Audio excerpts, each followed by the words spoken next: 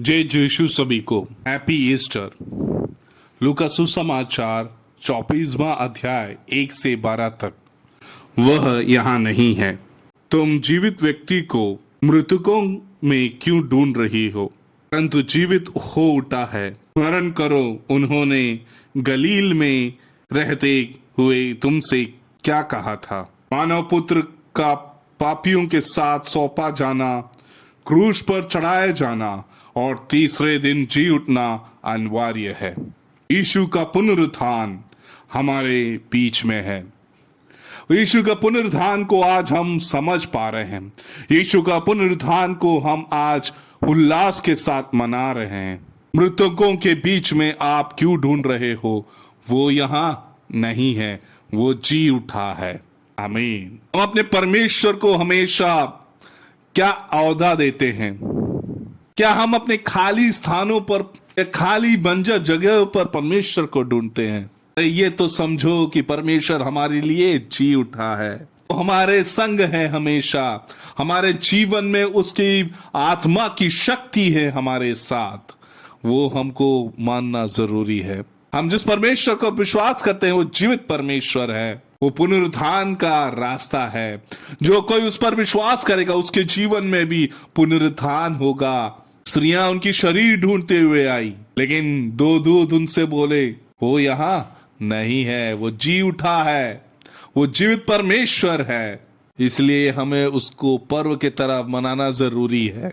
उस पर्व को बार बार सोचने की जरूरत है, जो परमेश्वर हमारे लिए अपने जीवन को दान दिया, हमारे लिए पापियों के हाथ में चढ़े, हमारे लिए क्रूस पर अपनी पूरी जीवन निछावर कर दिया, लेकिन हमारे लिए वो जी उठा ताकि हमारे पाप पूरे क्षमा हो जाए। कहाँ हमें जीवित परमेश्वर मिलेगा? उसके बताए हुए वचनों पर, उनके बताए हुए वचनों पर और उनके बताए हुए कर्मों को अगर हम ध्यान से पढ़ें और अध्ययन करें तो जीवित परमेश्वर को हम देख पाएंगे, महसूस कर पाएंगे। हमारे जीवन में परिवर्तन आते हुए हम समझ पाएंगे, हाँ, मैं उस जीवित परमेश्वर को चख सका हूं। परमेश्वर का वचन बहुत अमूल्य है। जीवित परमेश्वर आज भी हमारे संग है।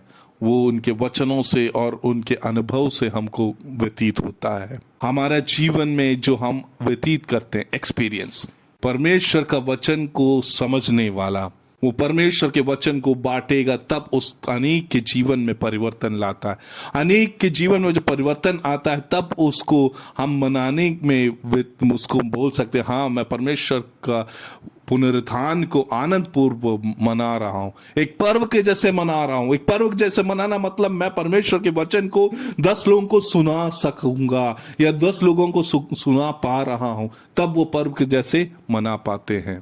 अगर हम मानते हैं परमेश्वर के वचन को, अगर हम मानते हैं परमेश्वर के पुनरुत्थान को, हम मानते हैं उनके वचन के लिखे हुए ज्ञान को, तो हम परमेश्वर के वचन को अनेकों को बांटना भी शुरू करेंगे।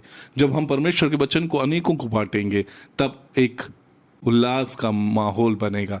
तभी वो परमेश्वर ईस्टर का एक पूर्ण था कंप्लीशन आएगा। कब?